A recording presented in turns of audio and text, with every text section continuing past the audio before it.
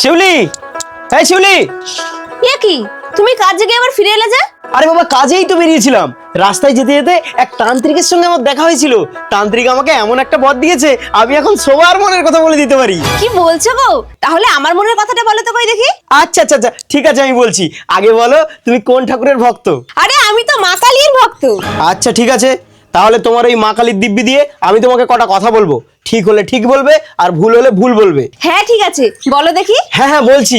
বউ, তুমি এই সংসারের জন্য সারাদিন প্রচুর খাটাখাটনি করো, কিন্তু এই সংসারে কোনো মানুষ তোমাকে দু চোখে সহ্য করতে পারে না। কথাটা কি ঠিক? হ্যাঁ ঠিক। বউ, তুই কি রাগ করলি? না।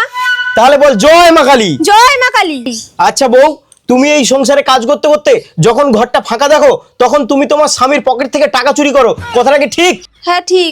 বউ, তুই কি রাগ করলি? না তো। তাহলে বল জয় মা কালী। জয় মা কালী।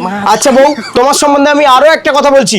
তুমি ওই চুরি করা টাকাগুলো নিয়ে বাপের বাড়ি পাঠিয়ে দাও, আর বাপের বাড়ির লোকেরা তোমাকে কোনোদিন চোর বলে না। কথাটা কি ঠিক? একদম ঠিক। বউ, তুই কি রাগ করলি? না। তাহলে বল জয় মা কালী। জয় মা কালী। আরো একটা কথা, আমি যখন কাজে বেরিয়ে যাই সেই সুযোগে তুমি ঘরে পরপুরুষ ঢোকাও। কথাটা কি ঠিক? হ্যাঁ ঠিক। বউ, তুই কি রাগ করলি? না তো। তাহলে জোরসে বল জয় মা কালী। জয় মা কালী।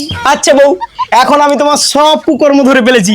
এখন আমি তোমাকে লাত্তি মেরে ঘর থেকে বের করে দেবো। কথাটা কি ঠিক? হ্যাঁ ঠিক। বউ, তুই কি রাগ করলি? না তো। তাহলে একটু দাঁড়া, আমি এক্ষুনি আসি। दिल का मेरे टूट गई रे। এই নে বউ, তোর জিনিসপত্র।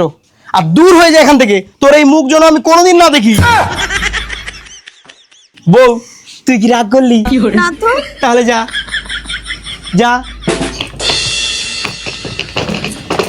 শাল, আপদ বিদায় হয়েছে।